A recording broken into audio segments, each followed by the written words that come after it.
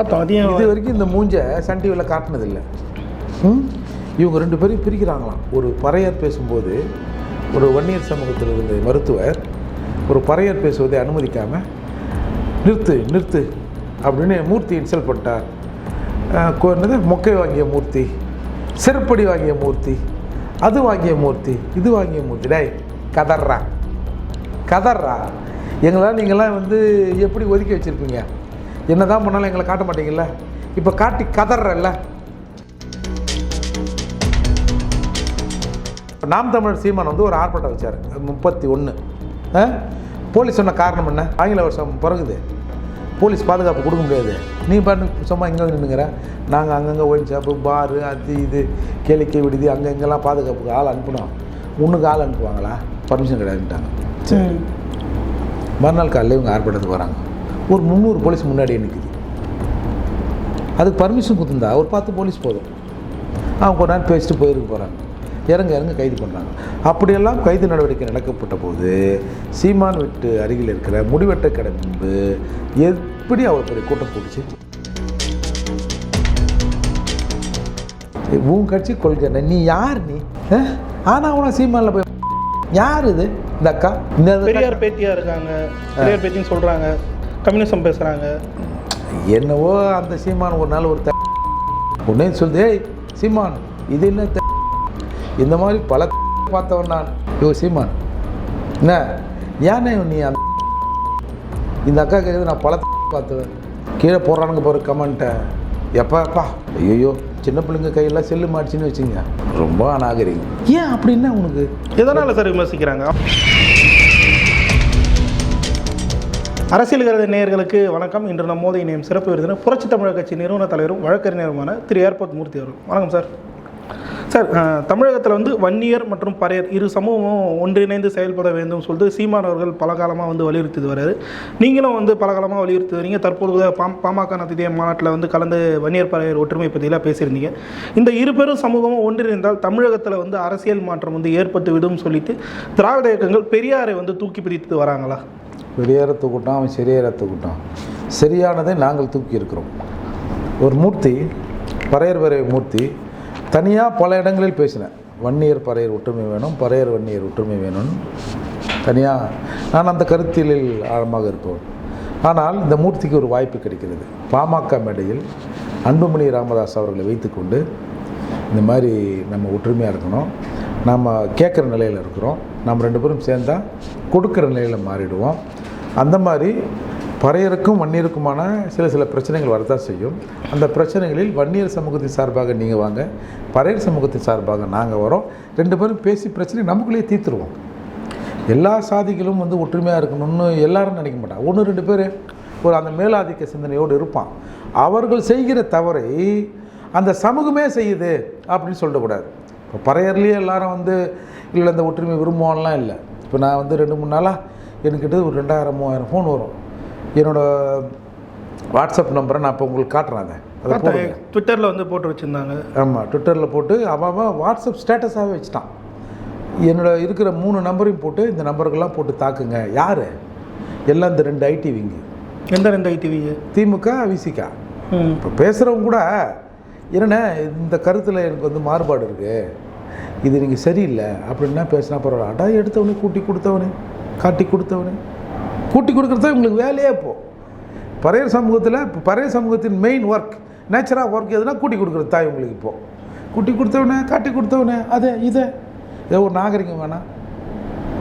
அதில் இந்த ஒற்றுமைன்னு அந்த மேடையில் ஏறி பேசணும்ல. இப்போ எல்லோரும் சொல்கிறாங்க, என்னப்பா நீங்கள் 2 பேரும் சேர்ந்துட்டு பிறகு எல்லாம் ஓய்ஞ்சிருமா? நான் மருத்துவர் ஐயா வச்சுன்னு பேசுகிறேன். அடுத்து பேசிய அதில் வந்துங்க அது 7:30 மணிக்கு அந்த கூட்டம் ஸ்டார்ட் ஆச்சுங்க.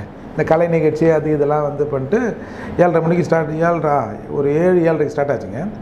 8:30 மணிக்கு கூட்டத்தை முடிக்கணும்னு மருத்துவர் நினைக்கிறார். அவர் எடுத்த உடனே சொல்கிறாரு, வந்திருக்கிறவங்க 1/2 நிமிஷம் 1 நிமிஷம் பேசுங்க. அந்த கூட்டத்தில் கிட்டத்தட்ட ஒரு 50 முறை அவர் அதை சொல்கிறார். ஒவ்வொருத்தர் பேசுகிறதுக்கு முன்னாடியும் பேசுகிறதுக்கு பின்னாடியும் சொல்கிறாரு. சரி, இப்போ வெளியிலேருந்து கெஸ்ட்டு வந்திருக்காங்க, ஒரு 1/2 நிமிஷத்தில் என்ன பேசிட முடியும்?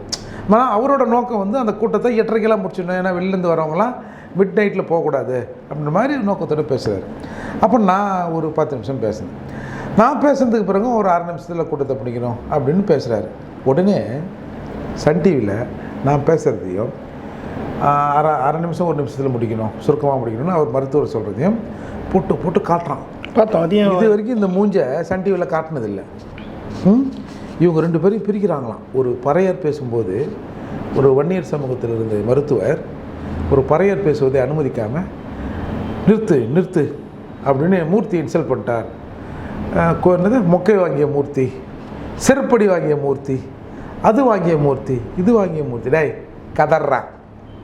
கதர்றா எங்களால் நீங்களாம் வந்து எப்படி ஒதுக்கி வச்சுருப்பீங்க? என்ன தான் பண்ணாலும் எங்களை காட்ட மாட்டீங்கல்ல, இப்போ காட்டி கதறல்ல.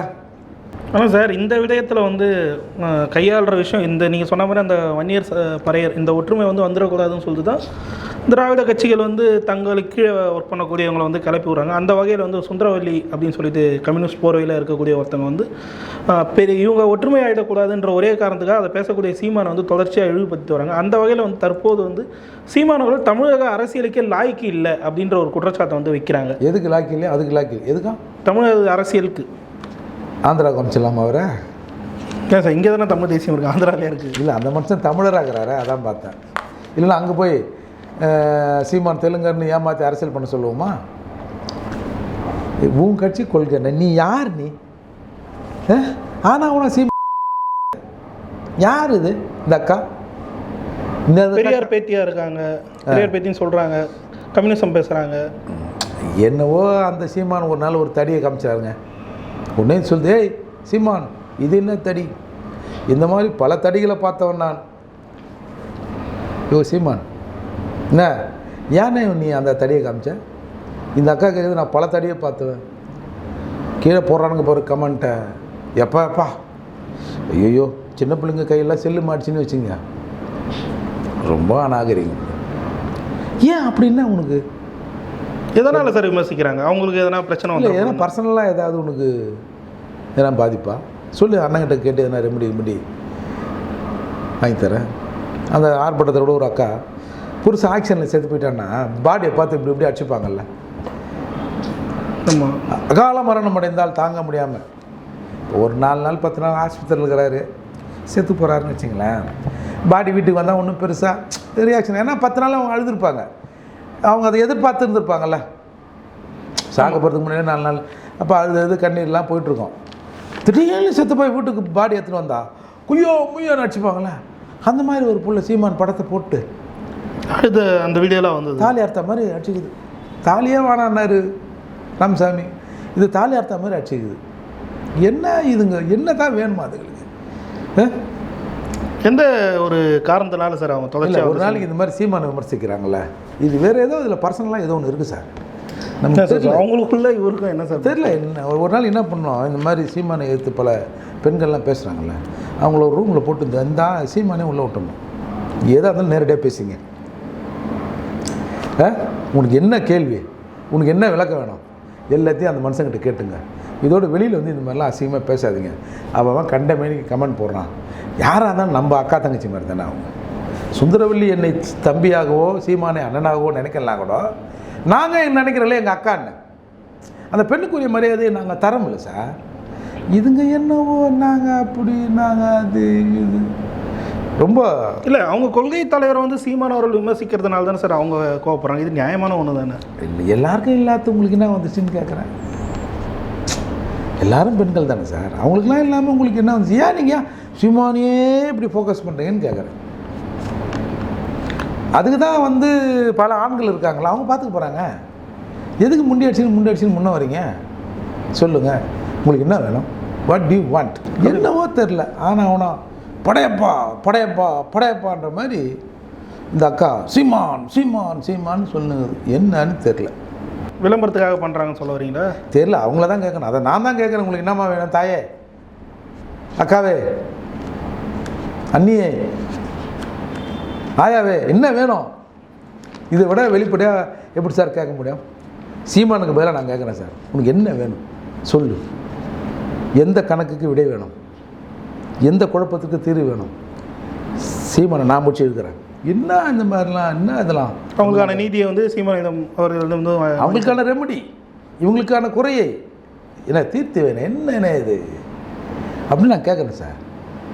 எதுக்கு பாவம் இந்த மாதிரி வந்து வேகாத வெயிலில் தயிர் சோத்துக்கும் சாம்பார் சோத்துக்கும் வந்து கத்திக்கின்னு போய்க்கின்னு. எனக்கு என்னென்னா நீங்கள் கத்துறதையோ இப்போ சீமானதை கவலைப்படுறான்லாம் சொல்ல வரல, கீழே கமெண்ட் போடுறானுல கம்நாட்டு போயிடுவ கண்ணாமனான்னு போடுறானோ. சார் அவங்கள திட்டுறாங்கன்றீங்களா? யாரையோ திட்டுறாங்க சார். அதை ஒரு சின்ன பிள்ளைங்க பார்க்குதுன்னு வச்சிங்களேன், என்ன எழுதிக்குதுன்னு. அதுங்களுக்கு ஒரு அந்த புத்தியில் சில மாற்றங்கள் வந்துடக்கூடாதுல்ல. அந்த நல்லெண்ணத்தில் இப்போ அக்கா வீட்லேயே ஆளுங்க இருப்பாங்கள்ல. இப்போ நான் சொல்கிறேன்ல, என்னை அசிங்கமாக போட்டால் என் சொந்தங்கள்லாம் பார்த்தானே எப்படா டே கேவலை பிடிச்ச ஜாதி பயிலுவலா, கொஞ்சமாக நாகரிகமாக எழுதுங்கடா, உன் அக்கா தங்கச்சி கூட அதை பாப்பாடா அப்படின்னு சொல்கிறேன்ல. அந்த மாதிரி அந்த காணொலியில் சில விஷயங்களை பதிவு பண்ணுறாங்க சில வக்கர புத்தி கொண்டவர்கள். அதை பார்த்தா எப்படி இருக்கும்? நெருடலாக இருக்கும் கொஞ்சம். அது வந்து எங்களை போன்றவர்களுக்கு இருக்குன்னு நினைக்கிறேன், அவங்களை போன்றவர்களுக்கு என்னன்னு தெரில. தமிழ்நாடு அரசியலுக்கு லாய்க்கு இல்லைன்னு சொன்னது ஒரு புறம் சார். ஒரு சதவீதத்துலேருந்து 8.2%. தமிழ்நாடு அரசியலுக்கு லாய்க்கு இல்லைன்னு என்ன அர்த்தம்? அதாவது தமிழ்நாடு மக்கள் வந்து அரசியல் தெளிவு பெற்றவங்க, அதனால தான் வந்து சீமான் அவர் இனத்தின் அடையாளத்தை மறைத்து பேசுகிற தகுதி உனக்கு இல்லடா சீமான், நீ தமிழக அரசியலுக்கு லாய்க்கு இல்லைன்றாங்களா? அதுக்கான மீனிங் அதுதான் இல்லை. நீ வந்து தமிழ்நாட்டு அரசியலில் நீ வந்து பொலிவு பெற வேண்டும், ஆட்சி அதிகாரத்துக்கு வர வேண்டும் என்று சொன்னால் நீ தமிழன் அல்லாதவனாக இருக்க வேண்டும். சீமான் உனக்கு அந்த தகுதி இல்லை, இப்படி எடுத்துக்கலாமா? வேற என்ன அர்த்தத்தை சொல்கிறாங்க? இல்லை, மக்கள் வந்து தெளிவாக இருக்காங்க, அதனால தான் அவங்களை வந்து வெற்றி பெற விட மாட்டாங்க அப்படின்ற ஒரு குற்றச்சாட்டை வந்து வைக்கிறாங்க நாம் தமிழர் மீது. இப்போ நல்ல கண்ண ஐயா இருக்கார், ஐயா தேர்தல் நின்றுருக்காரு, என்ன சொல்லலாம்? லாய்க்கில்னு சொல்ல முடியாது. துட்டு கொடுத்து ஓட்டு வாங்கந்தால நீங்களாம் லாய்க்கா? சரி, அக்கா எத்தனை இடத்துல நின்று இது பண்ணிக்குது? அவன் பெரிய அரசுக்கு சார். இல்லைங்க, அக்கா எத்தனை இடத்துல நின்று ஜெயிச்சுக்குது? இல்லை இல்லை. அப்புறம் ஏமாத்தத்துக்கு தகுதி இல்லை, நீ தமிழன் அல்லாதவனா இல்லை, பொய் சொல்ல மாட்டுற, உனக்கு ஊராங்குடி கெடுக்கணுன்ற எண்ணம் இல்லை, அதால் இந்த தகுதியெலாம் இல்லாதால நீ வந்து திராவிட வாழ்க்கைன்னு சொல்ல மாட்டேற. முதல்ல சொல்லியிருந்தேன், இப்போ அறிவு வந்துடுச்சுன்ற, நாங்களாம் ஒன்றும் அறிவு இல்லாமல் அப்படியே தான் இருக்கிறோம், அதால் உனக்கு தகுதி இல்லை. என்னத்தையும் சொல்லணும், என்ன தகுதி அது? இப்போ சீமான் அவர்களுக்கு தமிழ்நாடு அரசியலில் வந்து தலைவராகக்கூடிய தகுதி இல்லை அப்படின்றத தான் அவங்க சொல்கிறாங்க, அவங்க பார்வையில். இல்லை, அது வெளிப்படையாக சொல்லியிருந்தால் நமக்கு இவ்வளோ குழப்பம் இல்லைல்ல. இதுதான் காரணம்ன்றது. ஒரு கால் இதாக இருக்குமோ, சீச்சி இல்லை ஒரு கால் அதாக இருக்குமோ, இல்லைப்பா அதுப்பா, அது இல்லையா இதுயா, தெரியாதா அவங்க முன்னாடி தெரியாத? அந்த மாதிரி நம்ம யூகங்களுக்கு இப்போ நம்ம போக வேண்டிய இடம் கொடுத்துட்டாங்கல்ல அக்கா. அதனால் அக்கா தான் இந்த தெளிவுபடுத்தணும். இல்லை முடிஞ்சால் நீங்கள் அக்கா கிட்ட கேட்டு சொல்லுங்கள். அவங்க ஒரு விஷயத்த சொல்கிறாங்க, சீமானவர்கள் 8.2% வந்து தமிழ்நாடு முழுக்க வாக்குகள் வந்து பெற்றது எல்லாமே சில்லறையாக விழுந்த வாக்குகள், இதெல்லாம் வந்து மக்களாக போகிறது கிடையாது, இதெல்லாம் சில்லறைத்தனமான வாக்குகள்னு சொல்லிட்டு அந்த 35 லட்சம் வாக்காளர்களையும் வந்து இழிவுபடுத்தும் விதமாக 35 லட்சம் வாக்காளர்களும் சில்லறைங்க. இந்த அம்மா பெரிய நோட்டு இல்லை, நல்ல விஷயந்தான். நீங்கள் பெருசு தான், நீங்கள் அதில் ஒன்றும் மாற்றம் இல்லை. நீங்கள் வந்து 4 தடவை எம்எல்ஏ 5 தடவை எம்பியாக இருந்தவங்களா? நல்லது தான். ஆனால் சார் இப்போ முதல்ல நீ எந்த கட்சியில் இருக்க அக்கா? கம்யூனிஸ்ட்னு சொல்லிக்கிறாங்க. சொல்லுக்கா, எந்த கட்சிக்கா? பெரியாரிஸ்டா இல்லை இந்த பெரியார் பேரில் ஒரு 10-15 கட்சி இருக்குதுல்ல, நீ எந்த வீட்டில் இருக்கிற? அந்த வீட்டில் இருக்கிற, இந்த வீட்டில் இருக்கிற, எங்கே இருக்கிற சொல்லுங்கள். சரி, அது கூட கட்சி கூட தேவையில்லை, நீ ஒரு ஐக்கான் தானே, நீங்கள் ஒரு முன்மாடல் தானே, அதான் நீ உங்களுக்கு வந்து ஒரு பிராண்டிங் தேவையில்லை. இப்போ அவங்க பேரை சொன்னாலே தெரியுது இல்லை, கட்சி பேரை சொல்ல வேண்டிய அவசியம் இல்லைல்ல. சுந்தரவள்ளி அப்படின்னு சொன்னாவே தெரியும், அதெல்லாம் அவங்க ஃபேமஸ் தான், அதெல்லாம் நம்ம ஒன்றும். ஆனால் சார் அவங்க ஒரு வைக்கக்கூடிய ஒரு குற்றச்சாட்டில் வந்து என்னென்னா, இது மாதிரி சீமானவர் வந்து தொகுதி வாரியாக தனித்தனியாக நிற்க. உங்களை என்ன சார் பண்ணிட்டாங்க அவங்க? ஏன் சார் சுற்றி வரீங்க அதையே? இல்லை, அவங்க அதுக்கடுக்காக சீமான் அவர்கள் மீது வந்து குற்றச்சாட்டை வந்து வைத்துட்டே இருக்காங்க. சார் நான் தெளிவாக சொல்லிட்டேன், சீமானுக்கும் அந்த அம்மாவுக்கும் ஏதோ பிரச்சனை இருக்குது, நான் அதை பேசி தீர்த்து வைக்கிறேன்னு சொல்லிட்டேன். வேறு என்ன சார்? அதை சரி, அதை கடந்துடலாம். அப்போ வந்து இப்போ சமீபத்தில் வந்து சீமான் அவர்கள் வீட்டில் வந்து வெடிகுண்டு வீசுறதுக்கு வந்து தந்தை பெரியார் திராவிட கழகத்தினர் வந்து வெடிகுண்டு வீச முயற்சித்ததாகவும் அவர்களே வந்து வெடிகுண்டும் பறிமுதல் செய்யப்பட்டிருக்கு. இதற்கு தமிழ்நாடு அரசு வந்து எதனா நடவடிக்கை எடுக்குமா சார்? இல்லை, தமிழ்நாடு அரசு கொடுத்த ஊக்கம் தான் இவங்களுக்கு, வேறு என்ன அவங்க ஊக்கம் கொடுக்குறாங்க? வேறு என்ன?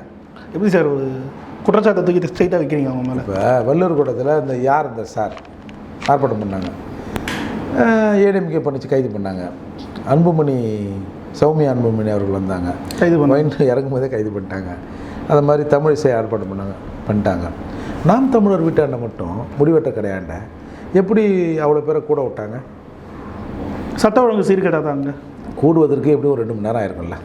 மொத்தமாக எல்லாரும் அப்படியே வந்துட்டானுவா? இல்லை, மாப்பிள்ள இன்னும் கூட்டம் கம்மியாகுது, கம்மியாகுது வா, அப்படி இப்படி தானே வந்திருப்பாங்க. அப்போ குறைஞ்சபட்சம் அசம்பிளாக வர்றதுக்கு நீங்கள் அந்த ஒரு தலைவர் ஒருத்தர் பேசுவார். அதில் ஒன்றும் அர்ஜென்ட் இல்லை, பொறுமையாக வர சொல்லுங்கள், டைம் இருக்குது நமக்கு. திருமுருகன் காந்தி சொல்கிறீங்களா? யாரோ சார் சொல்கிறாங்கல்ல, அதெல்லாம் வீடியோலாம் வந்தது இல்லை. எப்படி அப்படி லீசர் டைம் போலீஸ் கொடுத்தது? விட்டா போலீஸ் ஏப்பா யோ என்னையா எங்கேயா ஆளுங்க எங்கேயா சார் அங்கே இருக்காங்க அந்த ஏரியாவிலையா வண்டி இல்லையா ஏப்பா போலீஸ் அண்ணா எத்தனை எட்டு வாங்கப்பா அப்படின்னு சொல்லலை. புரிஞ்சுதா? புரியுது. பட் காவல்துறை எப்படி சார் ஒரு போராட்டத்துக்கு அனுமதி தரும்? சரி, எப்படி சார் வள்ளூர் கோட்டத்தில் வந்து இறங்கும் போதே பிடிச்சிங்கல்ல. இப்போ நாம் தமிழர் சீமான் வந்து ஒரு ஆர்ப்பாட்டம் வச்சார் 31. போலீஸ் சொன்ன காரணம் என்ன? சட்ட ஒழுங்கு சீர்கேட்டு போய்டும், போக்குவரத்து. நாளைக்கு பிறந்த நாளையா நீ இது தமிழ் ஆங்கில வருஷம் பிறகுது, போலீஸ் பாதுகாப்பு கொடுக்க முடியாது. நீ பாட்டு சும்மா இங்கே வந்து நின்றுங்கிற, நாங்கள் அங்கங்கே ஒயின் ஷாப்பு பாரு அது இது கேளிக்கை விடுதி அங்கே இங்கெல்லாம் பாதுகாப்புக்கு ஆள் அனுப்பணும். ஒன்றுக்கு ஆள் அனுப்புவாங்களா? பர்மிஷன் கிடையாதுட்டாங்க. சரி, மறுநாள் காலையில் இவங்க ஆர்ப்பாட்டத்துக்கு வராங்க. ஒரு 300 போலீஸ் முன்னாடியே நிற்குது. அதுக்கு பர்மிஷன் கொடுத்துருந்தா ஒரு 10 போலீஸ் போதும். அவங்க கொஞ்ச நேரம் பேசிட்டு போயிருக்கு போகிறாங்க. இறங்க கைது பண்ணுறாங்க. அப்படியெல்லாம் கைது நடவடிக்கை நடக்கப்பட்ட போது சீமான் வீட்டு அருகில் இருக்கிற முடிவெட்ட கடை முன்பு எப்படி அவ்வளோ பெரிய கூட்டம் கூடிச்சு? வர நீங்கள் ரெஸ்கியூ பண்ணி ஏற்றிருக்கணும்ல, செக்யூர் பண்ணி ஏற்றிருக்கணும்ல. அப்போது இதை நீங்கள் விரும்பினீங்க. அந்த விருப்பத்தின் பேரில் தான் ஒருத்தன் ஈரோடில் நான் பெட்ரோல் பம்ப்லாம் சொன்னாங்க. இதுதான் எம்எல்ஏ கேஸ்லாம் அங்கே தெரியுமா அப்படின்னாரு. அந்த கடைசி நாளுக்கு முன்னாள் கூட்டம் பெரியார் நகரில் அவர் வீட்டு முன்னாடி தான் நீங்கள் நடக்குது. வெளியே வந்தாரா சார்? அவன் வெளியே தான் சார் நிற்கிறான். அவனை சுற்றி 200 போலீஸ் நிற்கிது சார். அந்த ரோடையே பிளாக் பண்ணிட்டாங்க போலீஸு. சுற்றின்னு போயா கூட்டத்துக்கு. அந்த ஆள் ஒரு வீடு இருக்குன்றதுக்காக அவர் வந்தாங்க. இங்கேருந்து அமெரிக்க ஜனாதிபதிக்கு பேசுகிறாரு, ரஷ்ய அதிபருக்கு பேசுகிறாரு, என்னென்னோ பேசி சீன் கண்ணு வெளியே நிற்கிறாரு. சுற்றி போலீஸ் நிற்குது. இந்த தைரியம் தானே? சரி சார், இப்போ வந்து ஒரு சாமானிய மனுஷனுக்கு வந்து இந்த மாதிரி வெடிகுண்டு மிரட்டல், கொலை மிரட்டல் வந்தால் பரவாயில்ல. ஒரு மாநில அந்தஸ்து பெற்ற ஒரு கட்சியின் தலைவருக்கே வந்து இந்த மாதிரி நெருக்கடிகள்லாம் வருதுன்றப்போ காவல்துறைக்கு அது ஒரு ஆபத்தான சூழலை தானே சார் உண்டாக்கும். இதெல்லாம் உங்களுக்கு தெரிஞ்சு தான் சார் நடக்குது. எப்படி சார் அவ்வளோ தூரம் எப்படி விட்டாங்க? நீங்கள் வெரி சிம்பிள். இவ்வளோ பேர் அசம்பிள் ஆகிற வரைக்கும் போலீஸ் அவங்கள வந்து செக்யூர் பண்ணாமல் எப்படி விட்டாங்க? அதுக்கு மட்டும் போய் சொல்லுங்கள். போலீஸுக்கு தெரியாமல் நடந்திருக்குன்னு அவங்க சொல்லுவாங்க. எங்கள் போலீஸ் தான் இருக்காங்க. அவங்க 10 முன்னாடியே அறிவிச்சாங்க சார். 10 மணிக்கு போராட்டம்னா 8 மணிக்காக தான் சார் போலீஸ் நிற்குது. வர ஏற்ற வேண்டியதானே வேலை. ஆளுங்கட்சிக்கு ஆதரவாக செயல்படக்கூடிய ஒரு இயக்கமாக இருக்காங்க. அந்த அடிப்படையில் வந்து விட்டுருப்பாங்க. அப்போ இதையும் விட்டுக்க வேண்டியதானே அவர் போட்டோன்னு. இது ஆளுங்கட்சிக்கு எதிர்த்து இல்லை சார் ஒரு விஷயம் நடக்குது, அதை எப்படி சார் அனுமதிப்பாங்க? பயங்காட்டுறாங்களாம். எப்படி பயங்காட்டுறாங்க? சரி, இந்த மாதிரி இப்போது கொலை மிரட்டல் வரைக்கும் வந்துருச்சுன்றப்போ இதில் வந்து சீமான் அவர்களுக்கு பாதுகாப்பு அளிக்கிறது, அந்த அத்தகத்த நடவடிக்கை எல்லாம் செய்வாங்களா மாட்டாங்களா? அது தமிழர் அரசாங்கம் தான் அது நடக்கும். பார்ப்போம். சார், ஒரு கட்சியோட தலைவர் இந்த மாதிரி நெருக்கடியில் நாளைக்கு எப்படி சார் வெளியே தான் எவ்வளோ கொலை மிரட்டல் விழுக்கிறான். நான் கொடுத்தா புகார்லாம் கொடுத்துக்கிறேன். எழுத்துப்பூர்வமாக ஆடியோவை வச்சு புகார் கொடுத்துக்கிறேன். இப்போ நடவடிக்கை எடுத்து கீச்சிட்டாங்களா? இல்லை, அதெல்லாம் ஒன்றும் இல்லை சார். அவனே சொல்கிறான், தலைவர்கிட்டே பர்மிஷன் வாங்கிட்டோம். தலைவர்னா யார் சொல்கிறாங்க? ஆட்சியில் இருக்கிறவங்க. இன்னும் பாரு, இன்னும் 4-5 நாளில் பாரு பீஸ் ஆகிடுவார் பாரு. அதான் போவாங்க சார். சரி சார், இறுதியாக ஒரே ஒரு கேள்வி. நம்ம ஆரம்பித்த அந்த வன்னியர் பறையர் அந்த சமூக ஒற்றுமையில் இப்போதைக்கு இருக்கக்கூடிய பெரிய கட்சிகளில் வந்து திருமாவளவன் அவர்கள் வந்து பறையர் ஒற்றுமைக்கு வந்து மிகவும் பாடுபடுறாருன்னு சொல்லப்படுறாங்க. சமூக நீதிக்காக நாங்கள் வந்து திமுக கூட்டணியில் இருக்கோம்ல அவர் ஒரு கருத்தை சொல்கிறாரு. அப்படின்ற பட்சத்தில் அவர் ஏன் நேரடியாக வந்து பாமக நிறுவனம் அணுகிறது கிடையாது? அவர் இருவரும் வந்து பிரித்து வைக்கிற அப்படின்ற ஒரு கண்ணோட்டத்திலே பார்த்துட்டு வர்றாரு. விசிகாவின் அரசியல் என்பது பாமக எதிர்ப்பு அரசியல், விசிகாவின் அரசியல் என்பது வன்னியர் எதிர்ப்பு அரசியல். அவ்வளோதான். இந்த ஒற்றுமையை இங்கே இருக்கிற திராவிட கட்சிகள் விரும்பலை. அவரும் அதே தான் நினைக்கிறாரோ? இவங்க நம்ம 2 பேரும் ஒன்றிணைந்த கூடாது அப்படின்னாரு திருமாவளவன் அவர்கள். இல்லை, ஓனர் சொல்கிறார்ல. ஓனர் வந்து கருப்பு சட்டை தான் போட்டு வரணும் வேலைக்குன்றாரு. எனக்கு வெள்ளை சட்டை போட ஆசை. கருப்பு சட்டை போட்டு வந்தால் வேலைக்கு வைப்பா, வெள்ளை சட்டை போட்டால் நீ வேறு எங்கன்னா வேலைக்கு பண்ணிட்டாருன்னா வேறு கட்சிக்கு போயிடுன்றாருன்ற மாதிரி. வயிறு முக்கியம் இல்லை, வேலை முக்கியம் இல்லை. அதெல்லாம் அந்த ஓனர் கருப்பு சட்டை போட சொல்கிறாரு, நான் கருப்பு சட்டை போட்டு. அப்போ அவரே அந்த அரசியல் மாற்றத்தை விரும்புறது கிடையாது. அவர் விரும்புதில்லை, ஓனர் விரும்புறதில்லை, அதனால் அவரும் விரும்புது. சரி சார், பல்வேறு கேள்வி. அப்போது மருத்துவர் 50 முறை சொன்னதை இது ஏதோ ஒரு பறையர் பேசிய பிறகு ஒரு வன்னியர் வந்து இந்த மாதிரி சொல்லிட்டாருன்னு இவனுங்களாம் என்ன வேணாலும் கற்றுங்கடா. அப்புறம் மருத்துவர் ஐயா பேசுவதற்கு முன்னாடி பேசிய டாக்டர் அன்புமணி சொல்கிறாரு, சகோதரர் ஏர்போர்ட் மூர்த்தி பேசினார், இயல்பான பேச்சு அது, நாங்கள் அதை வரவேற்கிறோம். அப்படின்னா என்ன அர்த்தம்? ஏற்றுக்கிறாங்கன்னு தான். அந்த பறையர் வன்னியர் ஒற்றுமையை அவர்கள் ஏற்றுக்கொள்வதற்கு இன்று தயாராகிவிட்டார்கள். நீங்கள் பார்த்துருப்பீங்க அந்த பேச்சு முழுக்க, நம்ம பேச்சில் எப்படி வந்து எதிரில் இருந்தவங்க ரெஸ்பான்ஸ் பண்ணாங்க. அதே மாதிரி கூட்டம் முடிஞ்ச பிறகு எல்லோரும் போயிட்டாங்க. நான் மேடையை விட்டு இறங்குறதுக்கு அரை மணி நேரம் ஆச்சு. கிட்டத்தட்ட ஒரு 2000 பேர் என்கிட்ட ஃபோட்டோ எடுத்துருப்பாங்க, வன்னியர் சகோதரர். நான் பறையன் தானே. அப்போது அந்த நல்லிணக்கத்தை அவர்களும் விரும்புகிறார்கள். நான் எல்லா வன்னியரும் நல்லவங்க, எல்லா பறையரும் நல்லவங்களாம் சொல்லவே இல்லை. ஒருத்தர் 2 பேருக்கு இந்த எண்ணம் இருக்கும். நாளைக்கும் சில பிரச்சனைகள் வரலாம். நான் அந்த மேடையில் பேசும்போதே சொன்னேன், நாம் 2 சமூகமும் இணைந்து விட்டால் பல பூட்டுக்கள் உடையும்னு. என்ன பூட்டு? நான் வெளிப்படையாக சொன்னேன். நான் வந்து மேல்பாதி போட்டு தான் நினச்சி தான் பேசுகிறேன். நான் தொடர்ந்து அதை வந்து அவங்க தரப்பு ஆட்கள்கிட்ட வலியுறுத்திருக்கிறேன். நம்ம 2 பேரும் அந்த பூட்டை உடைச்சி 2 சமூகத்தையும் உள்ள கோயிலுக்குள்ளே கூட்டு போனோம். ஒரு 2 நாள் எங்கள் ஆளுங்க சாமி கும்பிட்றதுல என்ன ஆகிடுது? இது வந்து கிரெடிட் உங்களுக்கு தான். இந்த நல்லிணக்கத்தை மக்கள் விரும்புகிறார்கள். நான் பேசும்போது பறையரும் வன்னியரும் ஒன்றா இருக்கணும்னா கையை தட்டுறாங்கள, ரெஸ்பான்ஸ் பண்ணுறாங்கள, அப்போ அந்த சமூகமும் அதை எதிர்பார்க்குதில்லை. அப்படி இருக்கிற போது நாம் வந்து எதுக்கு வந்து கேட்குற நிலையில் இருக்கணும், கொடுக்குற நிலைக்கு மாறும். அப்படிங்கிற போது ஒரு அண்ணன் சீமான் சொன்னார், செந்தமிழ் ஒரு பட்டியல் சமூகத்துக்காரனை முதல்வராக்கும். டாக்டர் அன்புமணி சொன்னார், எங்களுக்கு ஆதரவளித்தால் நாங்கள் ஒரு பட்டியல் சமூகத்துக்காரரை முதல்வராக்கும், வேறு என்ன வேணும்? இப்போ நீங்கள் திரும்ப என்ன நோண்டுறீங்க, வந்து நாடக காதல்னு சொன்னவங்க தானே அவங்க. யார் இல்லைன்னா? நீங்கள் மருத்துவர் தலைமையில் தலித் அல்லாத ஒரு கூட்டமைப்பு உருவாச்சுன்னு சொன்னீங்கல்ல, அந்த கூட்டமைப்பில் எத்தனை தலைவர் இருந்தாங்க தெரியுமா? கிட்டத்தட்ட 27 தலைவர்கள். 27 23 யாரும் பேர் சொல்லிட்டா? தமிழ்நாட்டில் இருக்கிற எல்லா தலைவரும் இருக்கிறான். தமிழ்நாட்டில் இருக்கிற அறியப்பட்ட தலைவர்கள் எல்லாரும் இருக்கிறாங்க அதில். ஆனால் நம்ம யாரை இன்ன வரைக்கும் குறை சொல்கிறோம்? ராமதாஸ் அவர்கள் மட்டும்தான். ஏன் மற்றவங்களை பேச மாட்டீங்க? ஒரு ஐக்கானாக இருக்காருன்றதுனால ஒரு சொல்கிறாங்க. சரி சார், அவங்க தானே சார் இன்றைக்கி இறங்கி வந்து ஒரு பட்டியல் சமூகத்துக்காரனே முதல்வராக்குன்றாங்கல்ல. ஆமாம், அதுலேருந்து எடுத்துகிட்டு போங்க. இப்போது கருணாநிதியின் சாம்பலும் சேரிக்கு, அதாவது திராவிட கட்சிகள் சேரிக்கு எதிரானவை. ஒவ்வொரு தாழ்த்தப்பட்டவனையும் திமுகவுக்கு எதிராக திருப்ப வேண்டிய காலகட்டம் இது. கருணாநிதியின் சாம்பலும் சேரிக்கு எதிராக இருக்கும் அப்படின்னு சொன்ன திருமாவளவனை, எங்கள் அப்பா சாம்பலே உனக்கு எதிராக இருக்குமா அப்படின்னு நினச்சி சேர்க்க மாட்டாங்களா? இல்லை. ஒரு காலத்தில் திருமாவன் சிந்தனை அது. கருணாநிதி சாம்பல் கூட சேரிக்கு எதிராக இருக்கும். இன்றைக்கி அந்த சாம்பல் எங்களின் திருநீர் அப்படின்னு பூசிக்கிறாரு. அது மாற்றம்.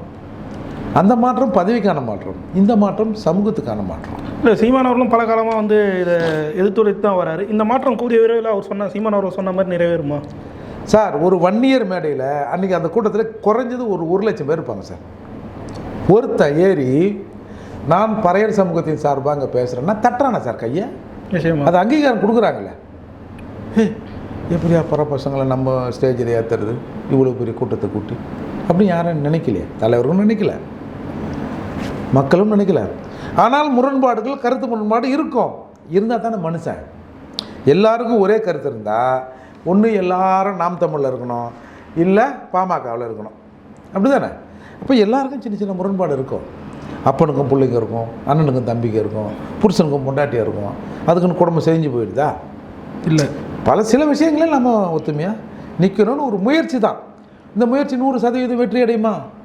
வெற்றி அடைந்தால் சமூகத்துக்கு நல்லதுன்னு முயற்சி பண்ணுறோம். முயற்சியே பண்ணாமல் இல்லைங்க அதெல்லாம் சேராதுங்க, அதெல்லாம் சும்மாங்க அப்படின்னு சொல்கிறது இல்லைல்ல. இன்றைக்கு இந்த திராவிட கும்பல் எப்படியாவது இந்த பறையர் வன்னியர் ஒற்றுமையை சீர்குலைச்சிடணும். என் கூட பேசுகிறவங்களாம் ஃபோனில் மருத்துவரை அப்படி கண்ணாமண்ணான்னு பேசுகிறாங்க. அப்போ அவங்க என்ன நினைக்கிறானுவா, நான் எதாவது பேசுவேன், பேசுனா பத்தியா எப்படி பேசுகிறார் பத்தியா அப்படின்னு போடணும். ஒரு ஆடியோ ஒன்று போட்டிருக்காங்க. கூட்டத்தில் போனால் இந்த மாதிரி யாரோ ஒரு தம்பி பேசினாப்புல, நல்லா தான் பேசினாப்புல, இல்லைப்பா நாகரிகமாக பேசுகிறீங்கப்பா, போகிறீங்கப்பா இல்லை இந்த மாதிரி பண்ணுறீங்களே, இதுக்கு வேறு எதனா வேலை செய்யலாண்ணே, என்னவா வேறு எதனா வேலை செய்யலாம், வேறு எதனா வேலை செய்யலாமே அப்படின்னாரு. எனக்கு தெரியும் அந்த தம்பி ஆட்டோவில் என்ன செய்கிறான்னு எனக்கு தெரியும். தோல் பிஸ்னஸ் தான், கேஸ்லாம் கூட இருக்குதுன்னு வச்சுக்கலாம், இருக்குதா சொல்கிறாங்க. அதுக்கு நீ எஃப்ஐஆர் எங்கே இருக்குதா அப்படிலாம் இல்லை. அப்போ நான் சொல்கிறேன் வேறு என்னன்னா அவர் என்னை கூட்டி கொடுக்கலான்றாரு. அவர் இன்றைக்கி பல பேர் அந்த வேலையை தானே செய்கிறான், கூட்டி கொடுக்கலான்னு சொல்கிறாரு.